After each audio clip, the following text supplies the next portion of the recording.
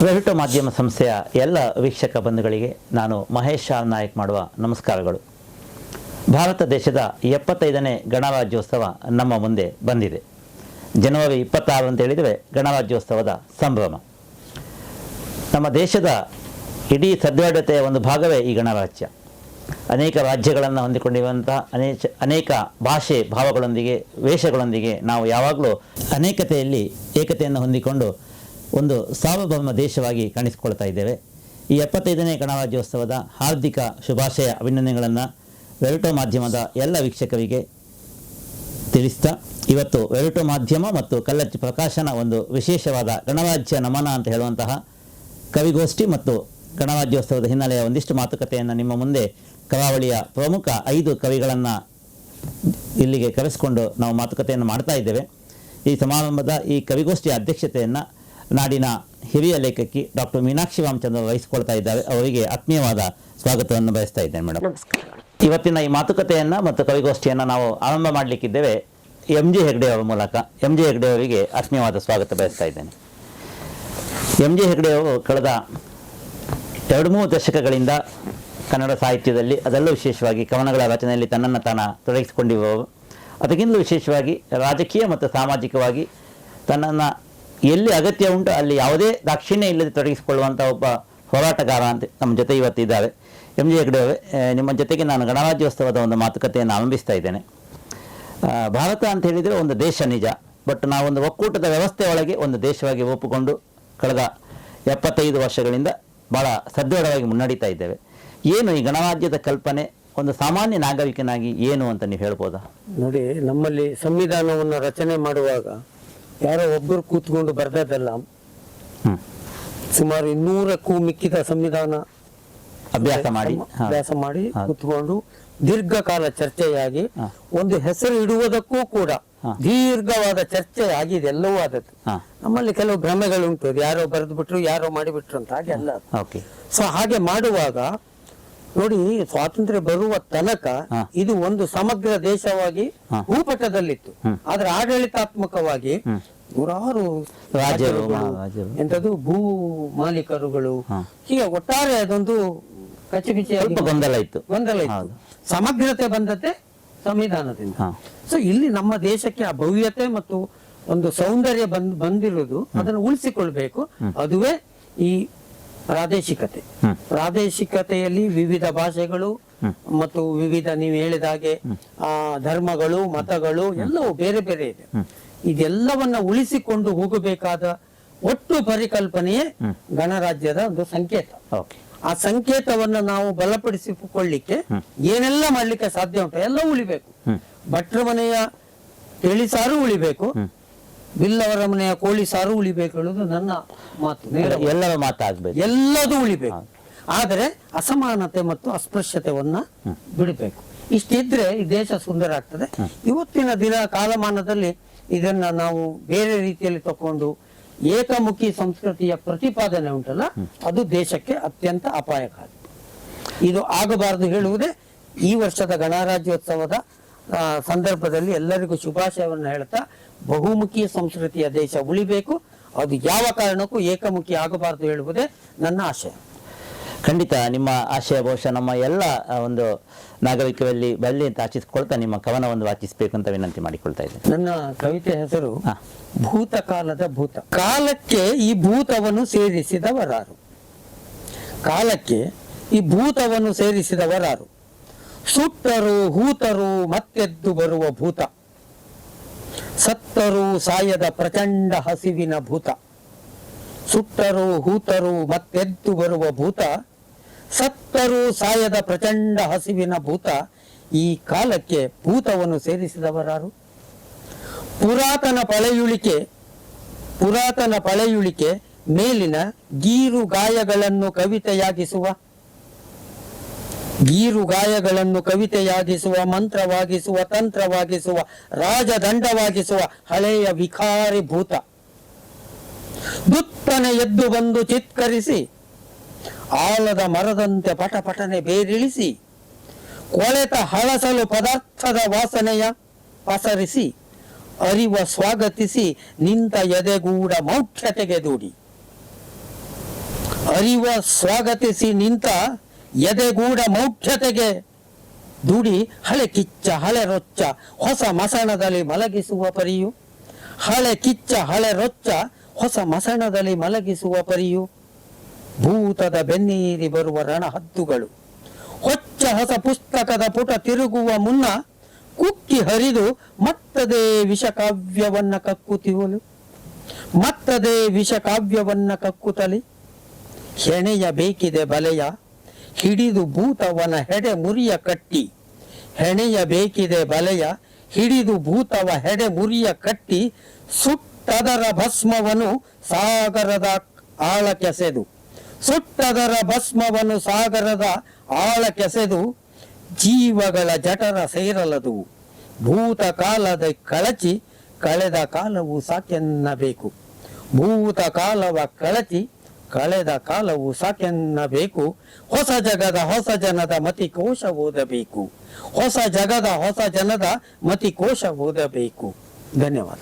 ವಂದನೆಗಳು M J Hegde ಅವರೇ, ಧನ್ಯವಾದಗಳು. ನಮಸ್ತೆ. ನಮ್ಮ ಜೊತೆಗೆ ಇನ್ನೊಬ್ಬ ಕವಿಯಾಗಿ ಹಂಸ ಮಲ್ಲ ಇವತ್ತು ಆಗಮಿಸಿದ್ದಾರೆ. ಭಾಳ ಒಳ್ಳೆಯ ಕವಿ ಮತ್ತು ಕಥೆಗಾರ. ವಾರ್ತಾಭಾರತಿ ಪತ್ರಿಕೆಯಲ್ಲಿ ಭಾಳ ವರ್ಷಗಳಿಂದ ಅವರು ಇದ್ದಾರೆ. ಜೊತೆಗೆ ಈಗಾಗಲೇ ಹೇಳಿದಾಗೆ ನಾಡಿನ ಯಾವುದೇ ಒಂದು ಒಳ್ಳೆತನಕ್ಕೆ ತನ್ನನ್ನು ತಾನು ತೊಡಗಿಸಿಕೊಳ್ಳುವ ಹಂಸ ಮಲ್ಲ ಅವರಿಗೆ ಸ್ವಾಗತ ಬಯಸ್ತಾ ಇದ್ದೇನೆ. ನಮಸ್ತೆ. ಹಂಸ ಅವರೇ, ಗಣರಾಜ್ಯದ ಒಂದು ಸರಳ ಅರ್ಥ ವೈವಿಧ್ಯತೆ ಅಂತೇಳಿ. ನಮ್ಮ ಭಾಷೆ, ನಮ್ಮ ಭಾವ, ನಮ್ಮ ವೇಷ ಎಲ್ಲವೂ ವಿವಿಧ. ಈ ಒಂದು ಗಣರಾಜ್ಯದ ವೈವಿಧ್ಯತೆಯನ್ನು ನಿಮ್ಮ ಅನಿಸಿಕೆಯಲ್ಲಿ ನೀವು ಹೇಗೆ ನಮ್ಮ ವೀಕ್ಷಕರಿಗೆ ಹೇಳ್ಬೋದು? ನಾವೆಲ್ಲ ತಿಳಿದುಕೊಂಡ ಹಾಗೆ ಸಾಮಾನ್ಯವಾಗಿ ವಿವಿಧತೆಯಲ್ಲಿ ಏಕತೆ ಆಗಿರ್ತದೆ, ಅದು ಎಲ್ಲರ ಮಾತು ಕೂಡ ಆಗಿರ್ತದೆ. ಆದರೆ ಇತ್ತೀಚಿನ ದಿನಗಳಲ್ಲಿ ಅದು ಮಾಯ ಆಗ್ತಾ ಇದೆ. ಅದು ಆಗಬಾರ್ದು. ನಮ್ಮ ಮುಂದಿನ ಪೀಳಿಗೆಗೆ ನಾವು ಅದನ್ನು ಉಳಿಸ್ಕೊಳ್ಬೇಕಾಗ್ತದೆ. ಸಾಮಾನ್ಯವಾಗಿ ಈ ಒಂದು ನಮಗೆ ವರ್ಷವಿಡೀ ಹಬ್ಬವೇ ಆಗಿರ್ತದೆ, ರಾಷ್ಟ್ರೀಯ ಹಬ್ಬವೇ ಆಗಿರ್ತದೆ. ಆದರೆ ಅದನ್ನು ನಾವು ನಮ್ಮ ಮಕ್ಕಳು ರಜೆಗೆ ಸೀಮಿತವಾಗಿ ಇಟ್ಕೊಳ್ತಾ ಇದ್ದಾರೆ. ಅದಾಗಿ ಆಗಬಾರ್ದು. ಮುಖ್ಯವಾಗಿ ನಮಗೆ ರಾಷ್ಟ್ರೀಯ ದಿನಾಚರಣೆಗಳು ರಜೆಯ ದಿನಗಳಾಗದೆ 1 ಗಂಟೆ ಹೆಚ್ಚೇ ಕೆಲಸ ಮಾಡುವಂಥ ಒಂದು ವಾತಾವರಣ ರೂಪುಗೊಳ್ಬೇಕು. ಆವಾಗ ಮಾತ್ರ ನಮಗೆ ಈ ನಮ್ಮ ಪ್ರಜಾಪ್ರಭುತ್ವವನ್ನು ಅಥವಾ ನಮ್ಮ ಗಣರಾಜ್ಯದ ಆಶಯವನ್ನು ಈಡೇರಿಸಲಿಕ್ಕೆ ಸಾಧ್ಯ ಅಂತ ನಾನು ಭಾವಿಸ್ತೇನೆ. ಧನ್ಯವಾದ. ನಿಮ್ಮ ಕವನ ದಯವಿಟ್ಟು ವಾಚಿಸಬೇಕಾಗಿ ವಿನಂತಿ.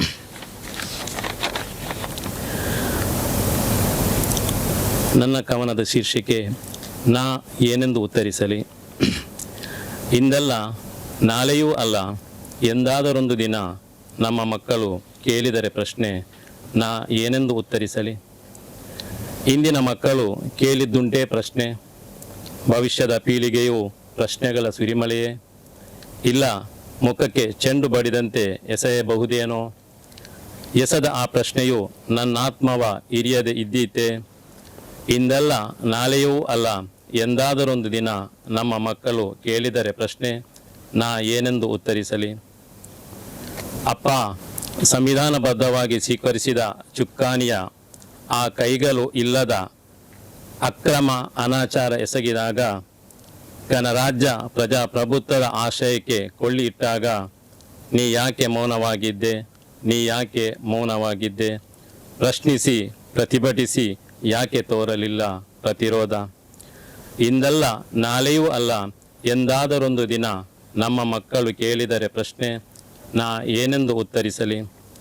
ಸ್ವಾರ್ಥ ರಾಜಕಾರಣಿಗಳು ಎಸೆದ ಆ ಬೆಂಕಿಯ ಚೆಂಡು, ಸ್ವಾರ್ಥ ರಾಜಕಾರಣಿಗಳು ಎಸೆದ ಆ ಬೆಂಕಿಯ ಚೆಂಡು ಯಾರದೋ ಅಮಾಯಕ ರುಂಡ ಮುಂಡ ಬೇರ್ಪಡಿಸಿದಾಗ ನೀ ಯಾಕೆ ಮೌನವಾದೆ?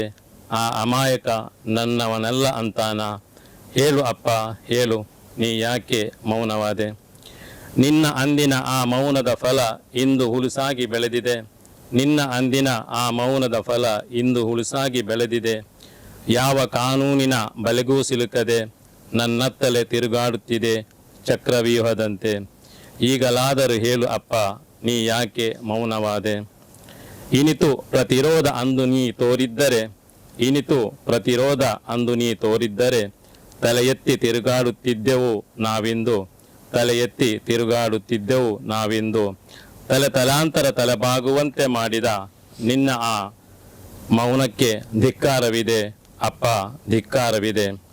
ಎಲ್ಲೋ ಬಿದ್ದ ಬೆಂಕಿ ಯಾರದೋ ಜೀವ ಸುಟ್ಟಾಗ ತುಟಿ ಬಿಚ್ಚದ ನೀನು ನಿನ್ನ ಮನೆಗೆ ಬಿದ್ದ ಬೆಂಕಿ ಆರಿಸಲು ಯಾರನ್ನು ಕಾಯುತ್ತಾ ಕುಳಿತೆ ಅಪ್ಪ, ಯಾರನ್ನು ಕಾಯುತ್ತಾ ಕುಳಿತೆ ಅಪ್ಪ, ಯಾರನ್ನು ಕಾಯುತ್ತಾ ಕುಳಿತೆ ಅಪ್ಪ, ಈಗಲಾದರೂ ಬಾಯಿ ಬಿಡು ಅಪ್ಪ, ಬಾಯಿ ಬಿಡು. ಹಸಿ ಮಾಂಸ ರಕ್ತಕ್ಕೆ ಇಲ್ಲದ ಜಾತಿ ಅಧಿಕಾರದ ಕುರ್ಚಿಗೆ ಅಂಟಿದೊಡನೆ, ಹಸಿ ಮಾಂಸ ರಕ್ತಕ್ಕೆ ಇಲ್ಲದ ಜಾತಿ ಅಧಿಕಾರದ ಕುರ್ಚಿಗೆ ಅಂಟಿದೊಡನೆ ಬದಲಾಗುವ ಪ್ರಭುತ್ವದ ವಿರುದ್ಧ ನೆತ್ತಿಗೇರಿದ ನಿನ್ನ ಆ ಮೌನದ ಅಮಲು ಇಳಿಸುವವರು ಯಾರು? ಹೇಳು ಅಪ್ಪ ಹೇಳು. ನೆಲೆಯಲ್ಲಿ ಬೆಲೆಯಲ್ಲಿ ಸಂವಿಧಾನದ ಪೀಠಿಕೆಗೆ ಘಟಿಸಬಾರದ್ದು ಘಟಿಸಿದಾಗ, ನೆಲೆಯಲ್ಲಿ ಬೆಲೆಯಲ್ಲಿ ಸಂವಿಧಾನದ ಪೀಠಿಕೆಗೆ ಘಟಿಸಬಾರದ್ದು ಘಟಿಸಿದಾಗ, ದಿಕ್ಕುಗಳು ಬದಲಾದಂತೆ ಸೂರ್ಯ ಚಂದ್ರ ಚಲನೆ ನಿಲ್ಲಿಸಿದಂತೆ ನೀನೊಂದು ಮೌನ ತಾಳಿದ್ದು ಪರೋಕ್ಷ ಬೆಂಬಲವಲ್ಲವೇ? ಹೇಳು ಅಪ್ಪ ಹೇಳು. ಪ್ರಕೃತಿಯ ಮಡಿಲಲ್ಲಿ ನೀ ಮಾತ್ರ ಬದುಕುವ ಕನಸು ಕಂಡೆಯಾ? ಇತಿಹಾಸದ ಗತವೈಭವ ಮರೆತು ಬಿಟ್ಟೆಯಾ? ಹೇಳು ಅಪ್ಪ ಹೇಳು. ಹೇಳು, ಇನ್ನೆಷ್ಟು ದಿನ ಕಾಯಬೇಕು ಸಮಾನತೆ ಸಹಿಷ್ಣುತೆಗಾಗಿ? ಈಗಲಾದರೂ ಬಾಯಿ ಬಿಡು ಮುರಿ ಮೌನ, ಈಗಲಾದರೂ ಬಾಯಿ ಬಿಡು ಮುರಿ ಮೌನ. ನಮಗಾಗಿ ಅಲ್ಲ ನಮ್ಮ ಮುಂದಿನ ಪೀಳಿಗೆಗಾಗಿ, ನಮಗಾಗಿ ಅಲ್ಲ ನಮ್ಮ ಮುಂದಿನ ಪೀಳಿಗೆಗಾಗಿ. ಇಂದಲ್ಲ ನಾಳೆಯೂ ಅಲ್ಲ ಎಂದಾದರೊಂದು ದಿನ ನಮ್ಮ ಮಕ್ಕಳು ಹೀಗೆಲ್ಲ ಕೇಳಿದರೆ ಪ್ರಶ್ನೆ ಏನೆಂದು ಉತ್ತರಿಸಲಿ ನಾ, ಏನೆಂದು ಉತ್ತರಿಸಲಿ? ಧನ್ಯವಾದ. ವಂದನೆಗಳು ಹಂಸಮಲ್ಲ. ಗಣರಾಜ್ಯ ನಮ್ಮನ ಕವಿಗೋಷ್ಠಿಯ ನಮ್ಮ ಮುಂದಿನ ಕವಿಯಾಗಿ ಡಾಕ್ಟರ್ ಸುರೇಶ್ ನೆಗಲಗುಳಿ ಆಗಮಿಸಿದ್ದಾರೆ. ಡಾಕ್ಟರ್ ಸುರೇಶ್ ನೆಗಲಗುಳಿ ಅವರಿಗೆ ಸ್ವಾಗತ, ನಮಸ್ಕಾರ. ಕರಾವಳಿಯ ಒಬ್ಬ ಹೆಸರಾಂತ ಕವಿಯಾಗಿ ಅದರಲ್ಲೂ ವಿಶೇಷವಾಗಿ ಗಜಲ್ ಪ್ರಕಾರದಲ್ಲಿ ತಮ್ಮನ್ನು ತಾನು ತೊಡಗಿಸಿಕೊಳ್ಳುವವರು ಡಾಕ್ಟರ್ ಸುರೇಶ್ ನೆಗಲಗುಳಿ ಅವರು. ಅವರ ಜೊತೆಗೆ ಈಗ ಸಣ್ಣ ಮಾತುಕತೆಯ ಮೂಲಕ ಅವರ ಕವನವನ್ನು ಕೇಳುವ. ಡಾಕ್ಟರ್, ಈಗ ಗಣರಾಜ್ಯದ ಒಂದು ಸಂದರ್ಭ ಅಥವಾ ಯಾವುದೇ ಹಬ್ಬದ ಸಂದರ್ಭ, ರಾಷ್ಟ್ರೀಯ ಹಬ್ಬಗಳು ಮುಖ್ಯವಾಗಿ ನಮ್ಮ ಕವಿಗಳಿಗೆ ಸಾಹಿತಿಗಳಿಗೆ ಒಂದು ಪ್ರೇರಣೆ. ಸ್ವತಂತ್ರ ಮೊದಲು ಸಹ ಅಷ್ಟೇ ಸಾಕಷ್ಟು ಸಾಹಿತ್ಯ ಹುಟ್ಟಿಕೊಂಡಿದೆ, ಈಗಲೂ ಸಹ ಹುಟ್ಟಿಕೊಳ್ತಾ ಇದೆ. ಏನು ಇದು ಈ ಸಾಹಿತ್ಯಕ್ಕೂ ಈ ರಾಷ್ಟ್ರೀಯ ಹಬ್ಬಗಳಿಗೂ ಯಾವ ರೀತಿಯ ಒಂದು ಸಂಬಂಧ ಅಂತ ನೀವು ಭಾವಿಸ್ಕೊಳ್ತೀವಿ? ಭಾವನೆಗಳು ಒಂದು ಚಲನೆಯನ್ನು ಹೊಂದಬೇಕಾದ್ರೆ ಯಾವುದಾದ್ರೂ ಒಂದು ನೆಪ ಬೇಕು. ಅಂತಹ ನೆಪಕ್ಕೆ ಕಾರಣವಾಗಿ ಅದರ ಜೊತೆಗೆ ಇರುವಂತದ್ದೇ ಅದು ಹಬ್ಬ ಹರಿದಿನ ಇರ್ಬೋದು, ಅಥವಾ ನಮ್ಮ ಬೇರೆ ಬೇರೆ ರಾಷ್ಟ್ರೀಯ ಆಚರಣೆಗಳಿರ್ಬೋದು, ಅಥವಾ ಇನ್ನೇನೋ ಸಮಾರಂಭ ಕಾರ್ಯಕ್ರಮಗಳಿರ್ಬೋದು. ಅದರ ಮೂಲಕ ಏನು ಮಾಡ್ತೇವೆ, ಆ ಮನುಷ್ಯ ತನ್ನ ಮನಸ್ಸಿನಲ್ಲಿರುವ ಭಾವವನ್ನು ಸಾರ್ವಜನಿಕರಿಗೆ ತಿಳಿಸ ಬಯಸುತ್ತಾನೆ. ಈಗ ಎಂ ಜಿ ಹೆಗ್ಡೆ ಅವರು ಹೇಳಿದಾಗೆ ಅವರಿಗೆ ಭೂತ ಕಂಡಿದೆ, ಹಿಂದಿನ ಎಲ್ಲಾ ಕಾಲದಲ್ಲಿ ಅವರಿಗೆ ಭೂತ ಕಂಡಿದೆ, ಆ ಭೂತ ಅಲ್ಲಿ ಭೂತವಾಗಿ ಕಾಡ್ತಾ ಇದೆ. ಹಾಗೆ ಏನು ಒಂದು ವಿಷಯವನ್ನು ವಿಶದೀಕರಿಸಲಿಕ್ಕೆ ಆ ವಿಷಯಕ್ಕೆ ಸಂಬಂಧಪಟ್ಟ ಹಾಗೆ ಇರುವ ಸತ್ಯ ಅಸತ್ಯ ಅಥವಾ ಒಪ್ಪದಿರುವುದು, ಇವುಗಳನ್ನ ಒಂದು ರೀತಿಯಲ್ಲಿ ಡಿಸೆಕ್ಷನ್ ಮಾಡುವಂತದ್ದು ಅದು ಕವಿಯ ಕೆಲಸ. ಎಷ್ಟೋ ವಿಷಯಗಳು ಒಪ್ಪಲ್ಪಡ್ತವೆ, ಎಷ್ಟೋ ವಿಷಯಗಳು ಒಪ್ಪಲ್ಪಡುವುದಿಲ್ಲ, ಎಷ್ಟೋ ವಿಷಯಗಳಲ್ಲಿ ರಿಪೇರಿ ಬೇಕಾಗ್ತದೆ, ತಿದ್ದುಪಡಿ ಬೇಕಾಗ್ತದೆ. ಅದನ್ನು ಭಾವನೆಯ ಮೂಲಕ ಹೊರಹೊಮ್ಮಿಸಿದಾಗ, ಇದು 10 ಜನಕ್ಕೆ ಕೇಳಲ್ಪಟ್ಟಾಗ ಅಲ್ಲಿ ಒಂದು ಏನಿರ್ತೇವೆ ಸರಿಪಡಿಸಲ್ಪಡುವಂತಹ ಕ್ರಿಯೆ ಆಗಬಹುದು ಅನ್ನುವಂತಹದ್ದೇ ಒಂದು ಆಶಯ. ಈ ಆಶಯ ಹುಟ್ಟುವುದು ಕವಿಯಲ್ಲಿ, ಅದು ಕಟ್ಟುವುದಲ್ಲ, ಅವನಿಗೆ ಹುಟ್ಟುವುದದು. ಅವನಿಗೆ ಯಾವ ಭಾವ ಹುಟ್ಟಿದಾಗ ಅವ ಅದನ್ನು ತೋರಿಸ್ತಾನೆ. ಹೀಗೆ ಇದ್ರೆ ಒಳ್ಳೇದು, ಹೀಗಿದ್ರೆ ಒಳ್ಳೇದು, ಈ ರೀತಿ ಇದ್ರೆ ಅದು ಮಾನವತ್ವ ಅಥವಾ ಅತಿಮಾನುಷ ಏನೇ ಇರಲಿ, ವಾಟ್ ಎವರ್ ಏನಾದ್ರು ಅಂತದ್ದಕ್ಕೆ ಈ ರೀತಿ. ಇದರಲ್ಲಿ ಒಂದು ಗಣರಾಜ್ಯ ಅಷ್ಟು ನಾವೀಗ ಮಾಡ್ತೇವೆ, ಸ್ವಾತಂತ್ರ್ಯದ ಸಮಯ ಸ್ವಾತಂತ್ರ್ಯ ಮಾಡ್ತೇವೆ. ಮೊನ್ನೆ ಕನ್ನಡ ರಾಜ್ಯೋತ್ಸವ ಬಂತು, ಆವಾಗ ಇದ್ದಕ್ಕಿದ್ದಾಗೆ ಕನ್ನಡದ ಮೇಲೆ ಎಲ್ಲಿಲ್ಲದ ಪ್ರೀತಿ ಪ್ರೇಮ ಉಕ್ಕಿ ಹರಿದಿದೆ ಪ್ರತಿ ಗಲ್ಲಿಗಳಲ್ಲಿ ಅಲ್ವಾ. ಹಾಗೆ ಗಣರಾಜ್ಯದಲ್ಲಿ ನಾನು ಈಗ ವಾಚಿಸುವ ಕವನ ಅದು ನೇರ ಗಣರಾಜ್ಯದ ಮೇಲೆ ವಾಚಿಸ್ತಾ ಇಲ್ಲ. ಕವನದ ಶೀರ್ಷಿಕೆ ಖೇಚರಯಾನ. ನನ್ನ ಪ್ರಭುವೇ ನೀನು, ನಿನ್ನ ಪ್ರಭುವೇ ನಾನು, ಚೆನ್ನು ಗಣರಾಜ್ಯದೊಳು ನಮ್ಮೊಲವ ಹಬ್ಬ. ಚೆನ್ನು ಗಣರಾಜ್ಯದೊಳು ನಮ್ಮ ಒಲವ ಹಬ್ಬ. ಬಣ್ಣವಿಲ್ಲದ ದಿನವ ಕಾಣುವೆನು ಎಂಬಾಸೆ, ಇನ್ನು ಫಲಿಸದೆ ಇರದು ಪ್ರಣಯ ಕಬ್ಬ.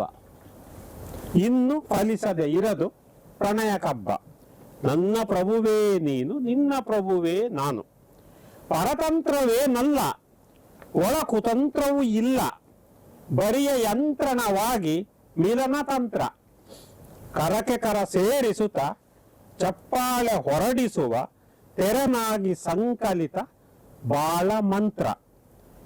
ಪರತಂತ್ರವೇನಲ್ಲ, ಒಳ ಕುತಂತ್ರವೂ ಇಲ್ಲ, ಬರಿಯ ಯಂತ್ರಣವಾಗಿ ಮಿಲನ ತಂತ್ರ. ನನ್ನ ಪ್ರಭುವೇ ನೀನು, ನಿನ್ನ ಪ್ರಭುವೇ ನಾನು. ದೇಶಿಗರು ನಾವೆಲ್ಲ, ಪರದೇಶಿ ಒಳಗಿಲ್ಲ, ಪರದೇಶಿ ಒಳಗೆ ಇಲ್ಲ, ಪರದೇಶಿ ಒಳಗಿಲ್ಲ, ತೋಷದಲ್ಲಿ ಖಗವಾಗಿ ಹಾರಲೆಂದು. ದೇಶಿಗರು ನಾವೆಲ್ಲ, ಪರದೇಶಿ ಒಳಗೆ ಇಲ್ಲ, ತೋಷದಲ್ಲಿ ಖಗವಾಗಿ ಹಾರಲೆಂದು. ದ್ವೇಷದಲ್ಲಿ ಸೊಗವೆಲ್ಲಿ, ಕ್ಲೇಶದಲ್ಲಿ ಬದುಕೆಲ್ಲಿ. ದ್ವೇಷದಲ್ಲಿ ಸೊಗವೆಲ್ಲಿ, ಕ್ಲೇಶದಲ್ಲಿ ಬದುಕೆಲ್ಲಿ. ವೇಷ ಬೇರಾದರೂ ಎರಡಲ್ಲ ಒಂದು, ವೇಷ ಬೇರಾದರೂ ಎರಡಲ್ಲ ಒಂದು. ನನ್ನ ಪ್ರಭುವೇ ನೀನು, ನಿನ್ನ ಪ್ರಭುವೇ ನಾನು. ಹೊನ್ನಿನರಗಿಣಿಯನ್ನು ಎದೆಯೊಳಗೆ ಅಡಗಿರಲು, ಹೊನ್ನಿನರಗಿಣಿಯನ್ನು ಎದೆಯೊಳಗೆ ಅಡಗಿರಲು ಚಿನ್ನಕ್ಕೆ ಕನ್ನವನ್ನು ಹಾಕಲೇಕೆ, ಚಿನ್ನಕ್ಕೆ ಕನ್ನವನ್ನು ಹಾಕಲೇಕೆ. ರನ್ನದಂತಹ ಒಡವೆ ಎನ್ನೊಡನೆ ಇರುವಾಗ, ರನ್ನದಂತಹ ಒಡವೆ ಎನ್ನೊಡನೆ ಇರುವಾಗ ಎನ್ನ ಗಲ ಪರ್ಯಂತ ಮಾಲೆ ಬೇಕೆ, ಎನ್ನ ಗಲ ಪರ್ಯಂತ ಮಾಲೆ ಬೇಕೆ. ನನ್ನ ಪ್ರಭುವೇ ನೀನು, ನಿನ್ನ ಪ್ರಭುವೇ ನಾನು. ಚೆನ್ನು ನಾಗರ ಜಡೆಯ ಜೊತೆಗೆ ಕುಣಿಯುವ ಚೆಲುವೆ, ಚೆನ್ನು ನಾಗರ ಜಡೆಯ ಜೊತೆಗೆ ಕುಣಿಯುವ ಚೆಲುವೆ.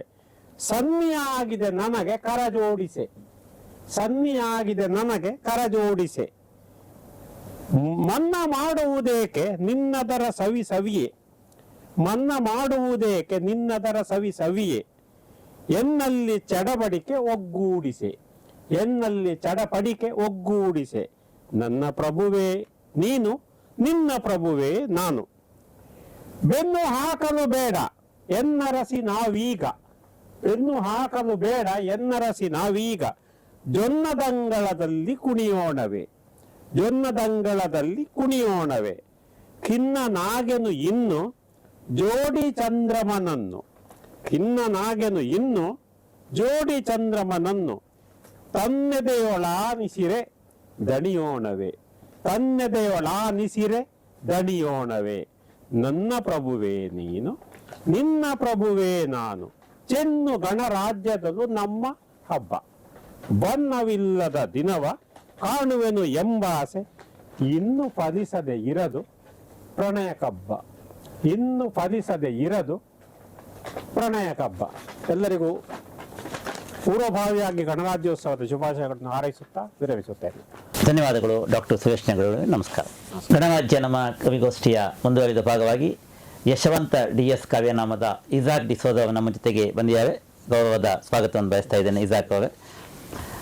ನಿಮ್ಮ ಜೊತೆಗೆ ನಾನು ಗಣರಾಜ್ಯೋತ್ಸವದ ನಮ್ಮ ರಾಷ್ಟ್ರೀಯ ಹಬ್ಬದ ಒಂದು ನಿಮ್ಮ ಬಾಲ್ಯದ ನೆನಪುಗಳನ್ನು ಹಂಚಿಕೊಳ್ಳಿಕ್ಕೆ ಇಷ್ಟಪಡ್ತಾ ಇದ್ದೇನೆ, ಕೇಳಲಿಕ್ಕೆ ಇಷ್ಟಪಡ್ತಾ ಇದ್ದೇನೆ. ನಿಮ್ಮದು ನಾವೆಲ್ಲ ಶಾಲೆಗೆ ಹೋಗ್ತಿದ್ದಾಗ ರಾಷ್ಟ್ರೀಯ ಹಬ್ಬಗಳಂದರೆ ಭಾಳ ಒಂದು ಹೆಮ್ಮೆಯ ಸಂಕೇತ ಆಗಿತ್ತು, ಈಗಲೂ ಇದೆ. ಈಗ ಸ್ವಲ್ಪ ಆಚರಣೆ ವಿಧಾನಗಳಲ್ಲಿ ಬದಲಾವಣೆ ಆಗಿರ್ಬೋದು.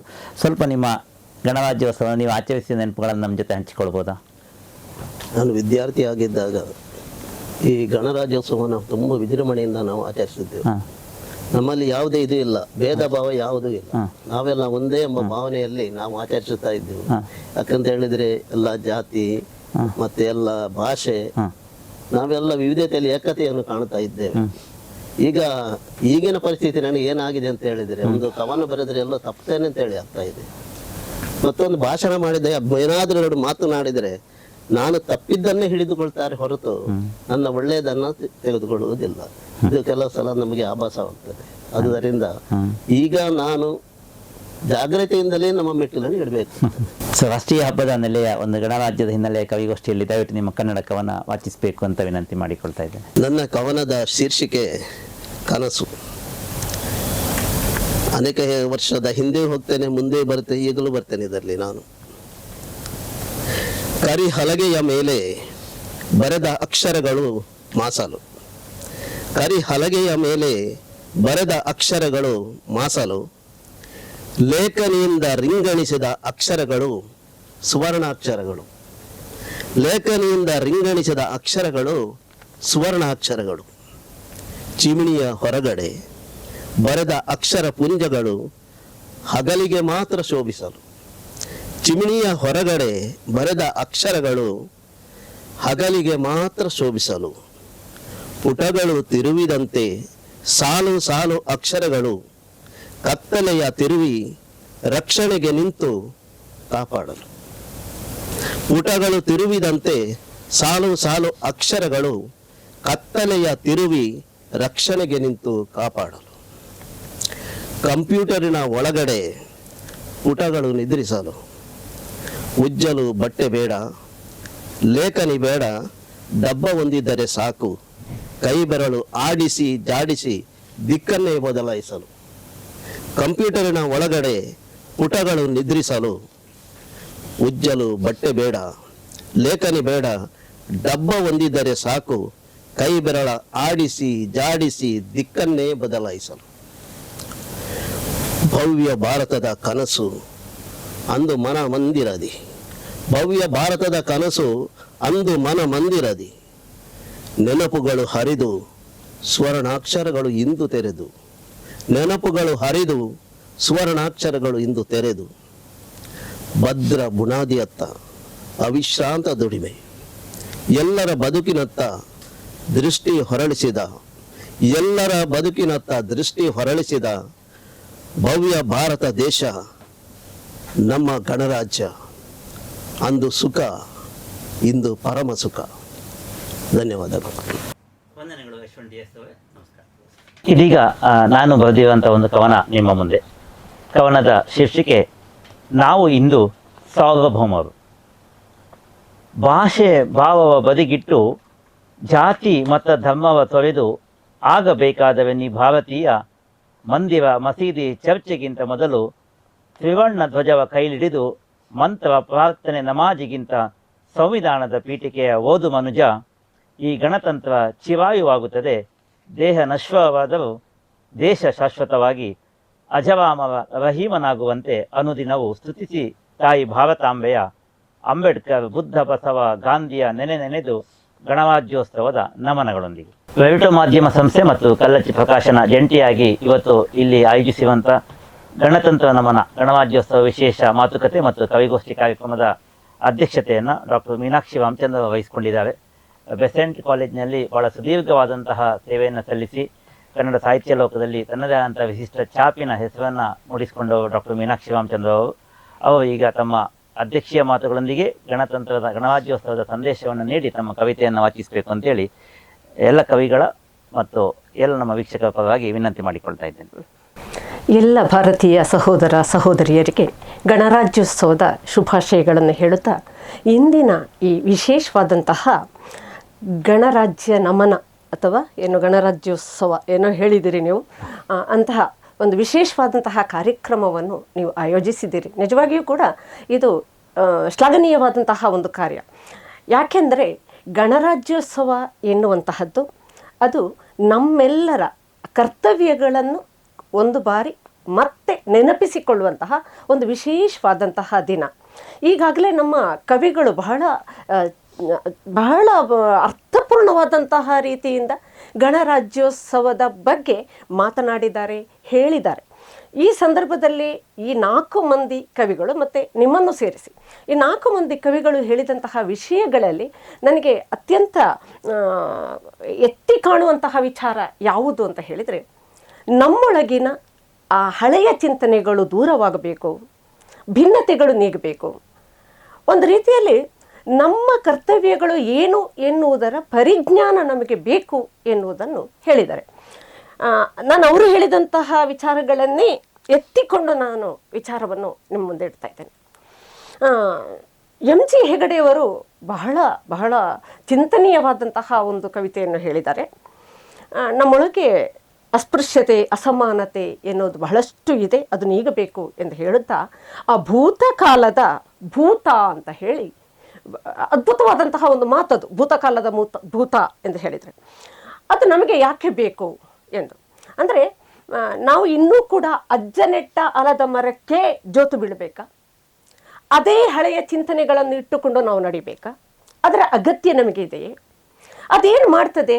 ಆ ಹಳೆಯ ಚಿಂತನೆಗಳು, ಹಳೆಯ ಪುರಾಣಗಳು, ಹಳೆಯ ಚರಿತ್ರೆಗಳು ನಮ್ಮನ್ನು ಇನ್ನೂ, ನಮ್ಮ ಮನಸ್ಸನ್ನು ಇನ್ನೂ ಹೆಚ್ಚು ಕಲುಷಿತಗೊಳಿಸುತ್ತದೆ ಅಂತ ಹೇಳ್ತಾರೆ ಅವರು. ಅಂದರೆ ಆ ಚಿಂತನೆಗಳಲ್ಲೇ ನಾವು ಹೋದರೆ ನಮ್ಮ ಈ ಮುಂದಿನ ರಾಷ್ಟ್ರದ ಉದ್ಧಾರ ಆಗಲಿಕ್ಕೆ ಸಾಧ್ಯ ಇಲ್ಲ ಎನ್ನುವಂತಹ ವಿಶೇಷವಾದಂತಹ ಚಿಂತನೆ, ಗಂಭೀರವಾದಂತಹ ಚಿಂತನೆಯನ್ನು ಅವರು ನಡೆಸಿದ್ದನ್ನು ನಾವು ಕಾಣ್ತೇವೆ. ಗಣರಾಜ್ಯೋತ್ಸವದ ಈ ಸಂದರ್ಭದಲ್ಲಿ ಅವರ ಮಾತು ಬಹಳಷ್ಟು ಪ್ರಸ್ತುತ ಎಂದು ನನಗೆ ಅನ್ನಿಸುತ್ತದೆ, ಮತ್ತು ಇವತ್ತಿನ ಈ ವಿದ್ಯಮಾನಗಳನ್ನು ನೋಡುವಂತಹ ಸಂದರ್ಭದಲ್ಲಿ. ಇನ್ನು ಹಂಸಮಲಾರ್ರವರು ಹೇಳಿದಂತಹ ವಿಚಾರಗಳು ಕೂಡ ಬಹಳ ಒಳ್ಳೆಯ ವಿಚಾರಗಳು. ಈ ಗಣರಾಜ್ಯೋತ್ಸವ ಆಗಿರ್ಬೋದು, ಅಥವಾ ಸ್ವಾತಂತ್ರ್ಯದ ದಿನ ಆಗಿರ್ಬೋದು, ಸ್ವಾತಂತ್ರ್ಯೋತ್ಸವ ಆಗಿರ್ಬೋದು, ಅಥವಾ ಇನ್ಯಾವುದೇ ಆಗಿರ್ಬೋದು, ಈ ವಿಶೇಷವಾದಂತಹ ದಿನಗಳನ್ನು ನಾವು ಯಾವ ರೀತಿಯಲ್ಲಿ ಆಚರಿಸಬೇಕು, ಅದನ್ನು ನಮ್ಮ ಕರ್ತವ್ಯ ಪರತೆಯನ್ನು ಅಥವಾ ನಮ್ಮ ಕರ್ತವ್ಯ ಪ್ರಜ್ಞೆಯನ್ನು ನಾವು ಮೂಡಿಸುವ ರೀತಿಯಲ್ಲಿ ಅದನ್ನು ನಾವು ಆಚರಿಸಬೇಕು ಅಂತ ಹೇಳ್ತಾರೆ ಅವರು. ಆ ದಿನವನ್ನು ನಾವು ಸಾಕ್ಷಾತ್ಕರಿಸುವುದು ಯಾವ ರೀತಿಯಲ್ಲಿ ಅಂತ ಹೇಳಿದರೆ, ನಮ್ಮೊಳಗಿನ ಶಕ್ತಿಯನ್ನು ನಾವು ತೋರಿಸುವ ರೀತಿಯಲ್ಲಿ ಇರಬೇಕು ಎನ್ನುವಂತಹ ಅವರ ಚಿಂತನೆ. ಅದು ಬಹಳ ಒಳ್ಳೆಯ ವಿಷಯ. ಇನ್ನು ಅವರ ಕವಿತೆಯಂತೂ ನನ್ನನ್ನು ಇನ್ನಷ್ಟು ಚಿಂತನೆಗೆ ಒಳಪಡಿಸುವ ಹಾಗೆ ಮಾಡಿತು. ನಾನು ಏನೆಂದು ಉತ್ತರಿಸಲಿ? ಅಪ್ಪನ ಜೊತೆ, ಅಪ್ಪನೊಟ್ಟಿಗೆ ಮಗ ಕೇಳುವಂತಹ ಪ್ರಶ್ನೆ, ಆ ಪ್ರಶ್ನೆಗಳನ್ನು ಕೇಳ್ತಾ ಇದ್ದಾರೆ. ಹೌದು, ಅವತ್ತಿನ ಕಾಲ ಅದು ಮಕ್ಕಳು ಎಲ್ಲವನ್ನೂ ನುಂಗಿಕೊಳ್ಳುವಂತಹ ಕಾಲ. ಆದರೆ ಇವತ್ತು ಹಾಗಲ್ಲ. ಇವತ್ತು ಮಕ್ಕಳು ಪ್ರತಿಯೊಂದನ್ನು ಪ್ರಶ್ನಿಸ್ತಾರೆ. ಸರಿ, ಆ ಮಾತು ನಿಜವಾಗಿಯೂ ಹೌದು. ಅಂದರೆ ಎಲ್ಲ ಈ ಜಗತ್ತಿನಲ್ಲಿ ಇರುವಂತಹ, ಈ ತನ್ನ ಸುತ್ತಲೂ ನಡೆಯುವಂತಹ ವಿದ್ಯಮಾನಗಳನ್ನು ಕಾಣುವಾಗ ನಮ್ಮ ಎಳೆಯ ಮಕ್ಕಳ ಮನಸ್ಸು ಹೇಗೆ ಚಿಂತನೆ ಮಾಡುತ್ತದೆ, ಅದು ಯಾವ ರೀತಿಯಲ್ಲಿ ಅವರ ಮನಸ್ಸಿನ ಮೇಲೆ ಪರಿಣಾಮ ಬೀರ್ತದೆ ಎಂದು ಹೇಳಿಕೊಳ್ಳುತ್ತಾ, ಇದಕ್ಕೆ ಕಾರಣ ಏನು? ಈ ವಿದ್ಯಮಾನಗಳು, ಈ ರೀತಿಯ ವಿದ್ಯಮಾನ, ಅತ್ಯಾಚಾರ, ಅನಾಚಾರ, ದೌರ್ಜನ್ಯ ನಾವು ನೋಡ್ತೇವೆ, ಎಲ್ಲ ಕಡೆಯಲ್ಲೂ ನಡೀತದೆ, ಬೇರೆ ಬೇರೆ ಕಾರಣಗಳಿಂದ ನಡೀತದೆ. ಇದೆಲ್ಲವೂ ನಡೀಲಿಕ್ಕೆ ಕಾರಣ ಏನು? ಇದಕ್ಕೆ ನಾವು ಎಷ್ಟು ಜವಾಬ್ದಾರಿಯುತರು, ನಮ್ಮ ಹಿರಿಯರು ಎಷ್ಟು ಜವಾಬ್ದಾರಿಯುತರು. ಅವರು ಯಾವತ್ತೂ ಏನಾಗ್ತದೆ ಅಂದರೆ, ಹಿರಿಯರು ಏನು ಮಾಡಿದ್ದಾರೆ ಅದರ ಫಲವನ್ನು ಮುಂದಿನವರು ಅನುಭವಿಸಬೇಕಾಗ್ತದೆ, ಮುಂದಿನ ಪೀಳಿಗೆ ಅನುಭವಿಸಬೇಕಾಗ್ತದೆ. ಆದ ಕಾರಣ ಇವತ್ತಿನ ಪ್ರಜೆಗಳಾದಂತಹ ನಾವು, ಈ ಗಣರಾಜ್ಯೋತ್ಸವದ ಈ ಸುಸಂದರ್ಭದಲ್ಲಿ ಇವತ್ತಿನ ಪ್ರಜೆಗಳಾದಂತಹ ನಾವು ಅದರ ಬಗ್ಗೆ ಚಿಂತಿಸಬೇಕು. ನಾಳೆ ನಮ್ಮ ಮಕ್ಕಳು ನಮ್ಮನ್ನು ಪ್ರಶ್ನಿಸಬಾರ್ದು, ನೀನು ಯಾಕೆ ಹೀಗಾಯಿತು, ಅವರು ಅದರ ಫಲವನ್ನು ಉಣ್ಣಬಾರ್ದು. ದೌರ್ಜನ್ಯದ ಫಲ, ಇವತ್ತು ನಡೆದ ದೌರ್ಜನ್ಯದ ಫಲ ನಾಳೆ ನಮ್ಮ ಮಕ್ಕಳು ಉಣ್ಣಬೇಕಾಗುತ್ತದೆ ಎನ್ನುವ ಪ್ರಜ್ಞೆ ನಮ್ಮೊಳಗೆ ಬೇಕು. ಪ್ರತಿಯೊಬ್ಬ ನಾಗರಿಕನಿಗೂ ಬೇಕಾದಂತಹ ಅತ್ಯಂತ ಮುಖ್ಯವಾದಂತಹ ಪ್ರಜ್ಞೆ ಅದು. ನಾವು ಅದನ್ನು ಯಾವತ್ತೂ ಕೂಡ ಬಿಟ್ಟು ಕೊಡಬಾರ್ದು. ಆ ಪ್ರಜ್ಞೆ ನಮ್ಮಲ್ಲಿ ಬೇಕು.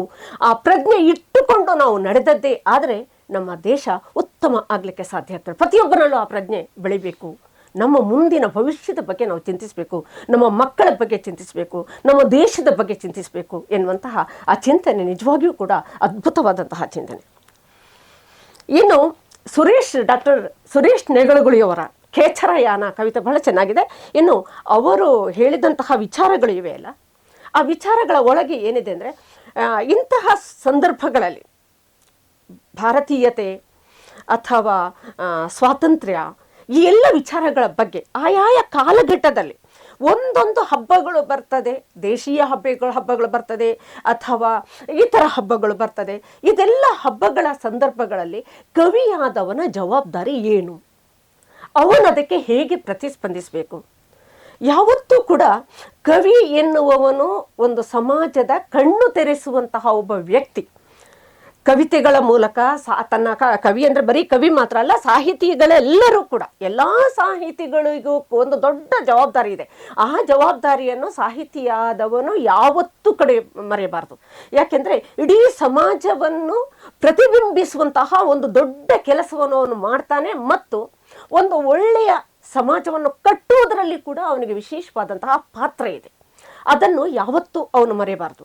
ಆದ ಕಾರಣ ಆಯಾಯ ಸಂದರ್ಭಗಳಲ್ಲಿ ಯಾವ ಸಂದರ್ಭ ಬರುತ್ತದೋ ಅದಕ್ಕೆ ತಕ್ಕ ಹಾಗೆ ಎಚ್ಚರ ಮೂಡಿಸುವಂತಹ, ಜಾಗೃತಿ ಮೂಡಿಸುವಂತಹ ಕೆಲಸವನ್ನು ಅವನು ಮಾಡಬೇಕು. ಅಂತಹ ಸಾಹಿತ್ಯದ ರಚನೆಯನ್ನು ಅವನು ಮಾಡಬೇಕು ಅಂತ ಹೇಳಿ ನಿಜವಾಗಿ ಬಹಳ ಚೆನ್ನಾಗಿ ಹೇಳಿದ್ದಾರೆ ಸುರೇಶ್ ಗುಳಿಯವರು. ಅವರ ಕವಿತೆ ನನ್ನ ಪ್ರಭುವೇ ನೀನು, ನಿನ್ನ ಪ್ರಭುವೇ ನಾನು. ಹೌದು, ಗಣರಾಜ್ಯದಲ್ಲಿ ಏನಾಗುತ್ತದೆ ಅಂತ ಹೇಳಿದರೆ ಪ್ರತಿಯೊಬ್ಬನೂ ಕೂಡ ಪ್ರಜೆ ಅಲ್ಲ, ಅದರೊಟ್ಟಿಗೆ ಪ್ರಭು ಆಗುತ್ತಾನೆ. ಇದನ್ನು ವಿಶಿಷ್ಟವಾದ ರೀತಿಯಿಂದ ಅವರು ಹೇಳುತ್ತಾ ಪ್ರತಿಯೊಬ್ಬರು ಒಬ್ಬರಿಗೆ ಒಬ್ಬರು ಗೌರವವನ್ನು ಕೊಡುವಂತಹ ಕೆಲಸವನ್ನು ಮಾಡಬೇಕು ಎಂದು ಹೇಳ್ತಾರೆ. ಗೌರವಿಸಬೇಕು, ಪ್ರತಿಯೊಬ್ಬರು ಅವನವನ ಗೌರವವನ್ನು ಅವನವನು ಉಳಿಸುವುದರ ಜೊತೆಗೆ ಇತರರನ್ನು ಗೌರವಿಸುವಂತಹ ಕೆಲಸವನ್ನು ಮಾಡಬೇಕು. ಅದು ಗಣರಾಜ್ಯೋತ್ಸವದ ಸಂದೇಶ ಎನ್ನುವುದನ್ನು ವಿಶಿಷ್ಟವಾದ ರೀತಿಯಿಂದ ಅವರು ಅಭಿವ್ಯಕ್ತಿಸಿದ್ದನ್ನು ನಾವು ಕಾಣಬಹುದು. ಏನು ಯಶವಂತ ಬೋಳಾರರವರ ಅಥವಾ ಇಸಾಕ್ ಡಿಸೋಜಾ ಅವರು ಬಹಳ ಕಾಲದಿಂದ ಕವಿತೆಗಳನ್ನು ಬರೆಯುತ್ತಾ ಇರುವವರು, ಒಳ್ಳೆಯ ಪ್ರಜ್ಞಾವಂತ ಕವಿ ಎಂದು ಹೇಳಬಹುದು. ಇಂದಿನ ಪರಿಸ್ಥಿತಿ ಹೇಗಿದೆ ಎನ್ನುವುದರ ಬಗ್ಗೆ, ಹಿಂದೆ ಹೇಗಿತ್ತು ಮತ್ತು ಇಂದು ಹೇಗಿತ್ತು, ನಾವು ಗಣರಾಜ್ಯೋತ್ಸವದ ಸಂದರ್ಭದಲ್ಲಿ ನಾವು ಆಲೋಚನೆ ಮಾಡಬೇಕು. ನಮ್ಮ ಹಳೆಯ ಕಾಲ ಹೇಗಿತ್ತು ಮತ್ತು ಈಗ ಹೇಗಿದೆ ಎನ್ನುವುದರ ಬಗ್ಗೆ. ಇವತ್ತಿನ ಕಾಲ ಹಳೆಯದರ ಹಾಗೆ ಇಲ್ಲ, ಅಥವಾ ಹಳೆಯದನ್ನು ನಾವು ಇಟ್ಟುಕೊಂಡು, ಈಗ ಇವರು MG ಹೆಗಡೆಯವರು ಹೇಳಿದ ಹಾಗೆ ಹಳೆಯದನ್ನೇ ಇಟ್ಟುಕೊಂಡು ನಡೀಲಿಕ್ಕೂ ನಮಗೆ ಸಾಧ್ಯ ಇಲ್ಲ. ಪರಿಸ್ಥಿತಿ ಬದಲಾಗಿದೆ. ಬದಲಾದ ಪರಿಸ್ಥಿತಿಗೆ ನಾವು ಹೊಂದಿಕೊಳ್ಳಬೇಕು, ಸರಿ. ಆದರೆ ಆ ಬದಲಾಗುವಿಕೆ ಎನ್ನುವಂತಹದ್ದು ಅದು ಯಾವತ್ತೂ ಸಕಾರಾತ್ಮಕವಾಗಿರಬೇಕು, ನೇತ್ಯಾತ್ಮಕ ಆಗಿರಬಾರದು ಎಂದು ಹೇಳ್ಬೋದು. ಇತಿಹಾತ್ಮಕ ಮತ್ತು ನೇತ್ಯಾತ್ಮಕ ಅಂತ ನಾವು ಸಾಮಾನ್ಯವಾಗಿ ಹೇಳ್ತೇವೆ. ನಮ್ಮ ಚಿಂತನೆಗಳಾಗಿರ್ಬೋದು, ನಮ್ಮ ಜೀವನ ಶೈಲಿ ಆಗಿರ್ಬೋದು, ನಮ್ಮ ಭಾವನೆಗಳಾಗಿರ್ಬೋದು, ಅದು ಯಾವತ್ತೂ ಇತ್ಯಾತ್ಮಕವಾಗಿರಬೇಕು ಎನ್ನುವಂತಹ ಚಿಂತನೆಯನ್ನು ಒಳಗೊಂಡಂತಹ ಅತ್ಯಂತ ಸುಂದರವಾದಂತಹ ಕವನವನ್ನು ಅವರು ಕೊಟ್ಟಿದ್ದಾರೆ. ಮಾತ್ರವಲ್ಲ, ಇವತ್ತಿನ ಪರಿಸ್ಥಿತಿ ಅದು ರಾಜಕೀಯ ಆಗಿರ್ಬೋದು ಅಥವಾ ಸಾಮಾಜಿಕ ಆಗಿರ್ಬೋದು ಅಥವಾ ಇನ್ಯಾವುದೇ ವಿಚಾರಗಳಲ್ಲಿ ಆಗಿರ್ಬೋದು, ಏನಾಗಿದೆ ಅಂತ ಹೇಳಿದ್ರೆ ನಾವು ಇಡುವ ಪ್ರತಿಯೊಂದು ಹೆಜ್ಜೆಯ ಬಗ್ಗೆಯೂ ಕೂಡ ನಾವು ಚಿಂತಿಸಬೇಕಾದಂತಹ ಒಂದು ಸಂದರ್ಭ ಬಂದಿದೆ. ನಾವು ಮಾತನಾಡುವುದಾಗಿರ್ಬೋದು, ನಮ್ಮ ನಡೆ ನುಡಿ ಎಲ್ಲವೂ ಕೂಡ ಬಹಳ ಜಾಗರೂಕತೆ ಇದೆ. ಅಂದರೆ ನಮ್ಮ ಸುತ್ತಲೂ ನಮ್ಮನ್ನು ಬೇರೆ ರೀತಿಯಿಂದ ಗಮನಿಸುವಂತಹವರು ತುಂಬಿಕೊಂಡಿದ್ದಾರೆ. ನಾವು ಮಾತನಾಡಿದರೆ ಯಾವ ರೀತಿಯ ಪ್ರಭಾವ ಬೀರುತ್ತದೋ ಎನ್ನುವ ಭಯ ನಮಗೆ ಆಗಿದೆ.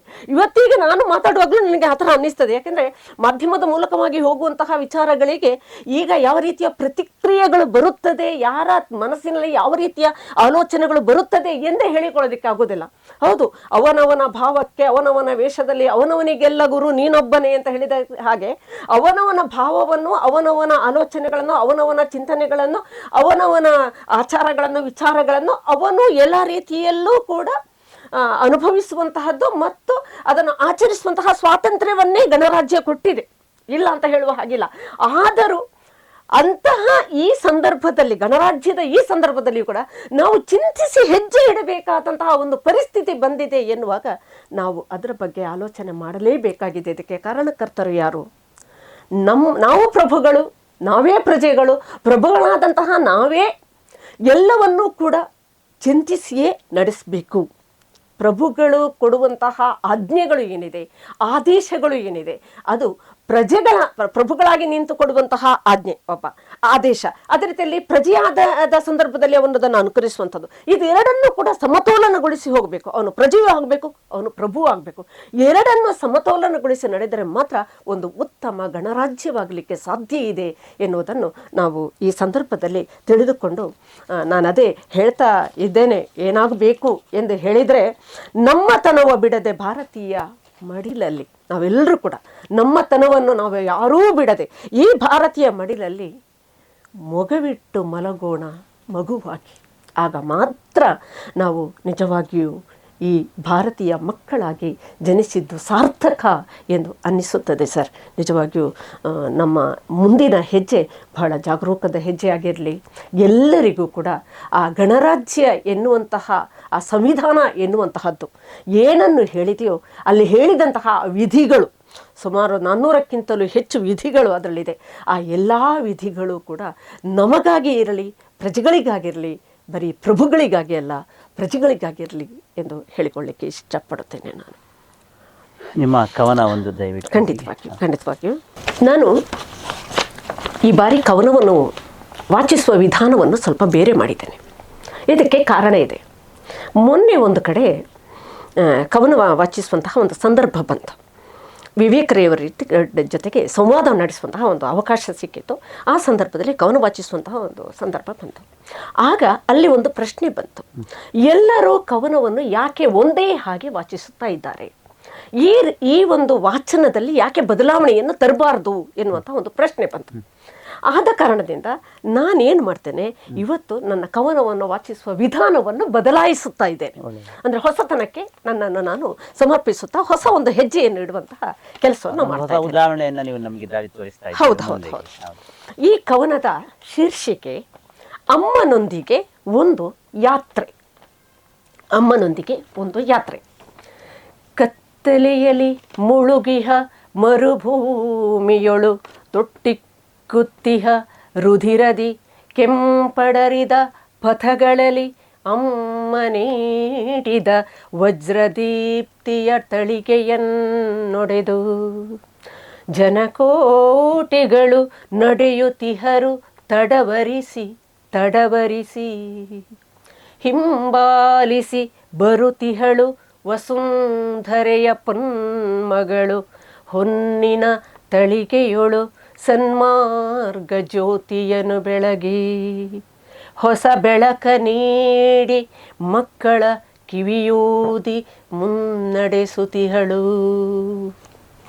ಬೆಳಕು ಆರದಲು ಜಾಗ್ರತೆಯೊಳು ಮುನ್ನಡೆಯಿರಿ ಮಕ್ಕಳೇ, ಬೆಟ್ಟಗುಡ್ಡಗಳ ಕಡಲುಗಳ ದಾಟಿ ಬೀಸಿ ಬರುತ್ತಿಹುದು, ಅದೋ ಬೀಸಿ ಬರುತ್ತಿಹುದು. ಹೊರಗಾಳಿ ಕತ್ತಲೆಯ ಪಸರಿಸಲು ಕುಸಿಯದಿರಿ ಎಡವದಿರಿ, ನಡೆಯುತ್ತಲೇ ಇರಬೇಕು ಬೆಳಕೆಡೆಗೆ ಮಾತ್ರ ಲಕ್ಷ್ಯವಿಟ್ಟು, ಬೆಳಕೆಡೆಗೆ ಮಾತ್ರ ಲಕ್ಷ್ಯವಿಟ್ಟು. ಸುದೀರ್ಘವಾಗಿಹ ದಾರಿಯೊಳು ಹಿಂದು ಮುಂದು ಎಡಬಲದಿ ಹರಿದಿಹ ಹಿರಿಯರ ನೆತ್ತರ ಓಕುಳಿಯ ಹಳೆಯ ಸ್ಮರಣೆಗಳು ಮುಂದಕ್ಕೆ ಒಯ್ಯುತ್ತಿರಲಿ ನಿಮ್ಮ, ಮುಂದಕ್ಕೆ ಒಯ್ಯುತ್ತಿರಲಿ ನಿಮ್ಮ. ಬೆಳಗಿಕೊಳ್ಳಿರಿ ಹೊಸ ಬತ್ತಿಗಳ ಈ ಜ್ಯೋತಿಯಿಂ, ಬೆಳಗಿಕೊಳ್ಳಿರಿ ಈ ಜ್ಯೋತಿಯಿಂ.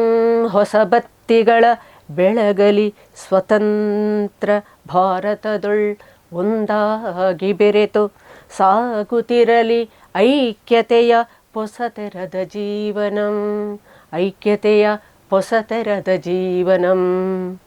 ಕೈಗಳನ್ನು ಪೋಣಿಸಿ ನಡೆಯುತ್ತಿರೆ ಕಿವಿಯೊಳಗೆ ಮೊಳಗಲಿ, ಕೈಗಳನ್ನು ಪೋಣಿಸಿ ನಡೆಯುತ್ತಿರೆ ಕಿವಿಯೊಳಗೆ ಮೊಳಗಲಿ. ಅದೇ ಒಂದೇ ಭಾರತಂ ನಿಮ್ಮೆದೆಯೊಳಗೆ ಗುನುಗುತ್ತಲೇ ಇರಲಿ. ಜನಗಣಮನ ನಾವೆಲ್ಲರೂ ಒಂದೇ. ಬಾನಿನಲ್ಲಿ ಬೆಳಗಲಿ ಹೊನ್ನಕ್ಷರಗಳಲ್ಲಿ, ಇದುವೇ ಸರ್ವ ಸ್ವತಂತ್ರ ಗಣರಾಜ್ಯ ಭಾರತಂ, ಸರ್ವ ಸ್ವತಂತ್ರ ಗಣರಾಜ್ಯ ಭಾರತಂ. ಧನ್ಯವಾದಗಳು.